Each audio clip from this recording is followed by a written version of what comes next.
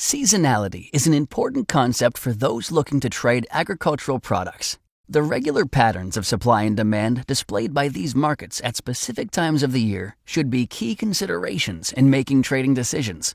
It's important to understand these distinctions because of their impact on supply and demand and the subsequent price differences that occur throughout a typical crop year. Have you ever heard traders, analysts, or producers refer to an old crop month or a new crop month? What does that mean exactly? What makes one futures month old crop and another new crop? First of all, the standardized trading months for corn, soybean, and wheat futures reflect the seasonal patterns for planting, harvesting, and marketing the underlying crop.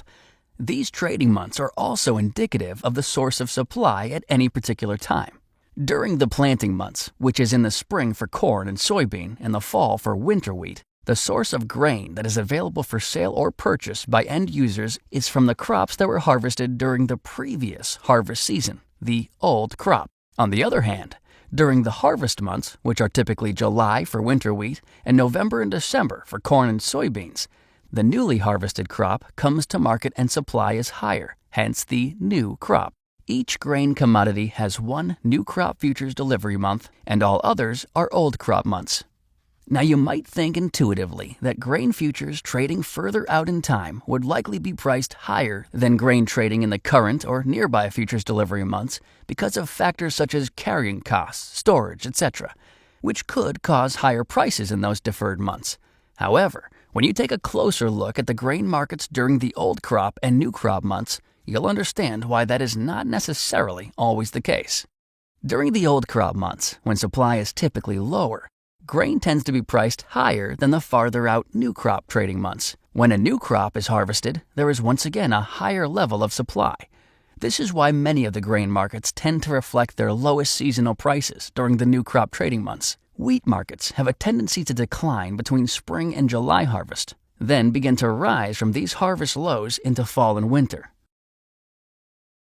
With soybeans, harvest begins in September and continues through October into mid-November.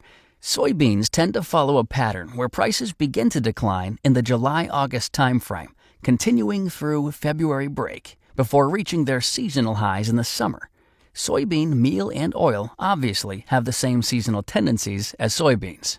With corn, the most pronounced seasonal trend is the tendency for prices to be near the highest levels around July because of the uncertainty around new crop production, then to decline from midsummer into their harvest season. This chart shows the normal price curve relationship for corn futures and gives you a good idea of how this works. The old crop corn in July, for example, is priced much higher than the farther out new crop month of December.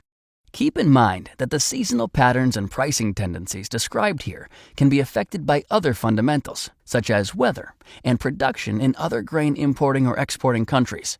But having a general understanding of the seasonality in grain markets and the potential impact on grain prices is important to anyone planning a grain or oilseed futures trading strategy.